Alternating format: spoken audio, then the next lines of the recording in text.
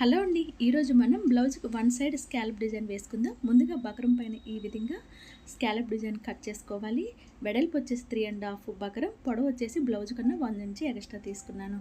Lining క్లాత్కి ఈ విధంగా అతికించేసుకోవాలి. అతికించుకున్న తర్వాత ఇప్పుడు మనం ఏదైతే మెయిన్ క్లాత్ తీసుకున్నామో మెయిన్ క్లాత్ పైన పెట్టుకొని స్టిచ్చింగ్ అనేది స్కాలప్ డిజైన్ మనం ఏ విధంగా అయితే కట్ చేసుకున్నామో అదే విధంగా కార్నర్ దగ్గర మెల్లిగా కుట్టుకొని ఇప్పుడు ఎక్స్ట్రా క్లాత్ని తీసేయాలి. ఒక 1/4 ఇంచ్ మాత్రం ఉంచుకొని ఎక్స్ట్రా క్లాత్ని తీసేసి ఇప్పుడు ఈ విధంగా చిన్న చిన్నగా కట్స్ అనేవి పెట్టుకోవాలి. ఇలా కట్స్ పెట్టుకున్న తర్వాత ఇప్పుడు మనం దీన్ని రివర్స్ చేసుకుందాం.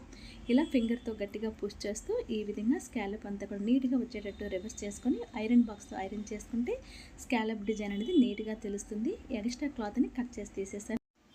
ఇప్పుడు దీనికి 2 ఇంచెస్ దగ్గర ఒక మార్కింగ్ చేశానండి. ఆ మార్కింగ్ ప్రకారం పోట్లీ బటన్స్ అనేది పెడుతున్నాను.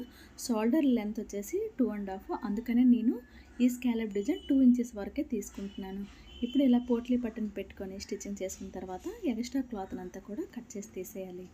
ఇలా తీసేసిన తర్వాత మనం ఇప్పుడు ఇలా రెడీ చేసుకున్నాం కదా, దీన్ని బ్లౌజ్ పైన పెట్టుకొని స్టిచ్చింగ్ చేసుకుందామండి. రెడీగా బ్లౌజ్ స్టిచ్చింగ్ చేసి పెట్టేశాను. దీనిపైన ఇలా షోల్డర్ దగ్గర ఒక స్టిచ్ వేసుకొని ఇప్పుడు మనకి ఇటు సైడ్ పోట్లీ బటన్ వైపు ఎక్స్ట్రా క్లాత్ని అంతా కూడా లోపలికి మడిచేసి కరెక్ట్గా ఎడ్జ్లో పోట్లీ బటన్ ఎడ్జ్లో స్టిచ్చింగ్ వచ్చేటట్టు వేసుకోవాలి. అలాగే ఇటు సైడ్ స్టిచ్ వేసిన తర్వాత అటు సైడ్ స్కాలప్ పైన కూడా ఇంకొక స్టిచ్ అనేది వేసేసుకుంటే మనకి బ్లౌజ్ రెడీ అయిపోతుందండి. అలాగే ఈ వీడియో మీకు ఎలా ఉందనేది కామెంట్ సెక్షన్లో కామెంట్ చేసేయండి. వీడియో నచ్చితే ఒక లైక్ చేసి మన ఛానల్ని సబ్స్క్రైబ్ చేసుకోండి.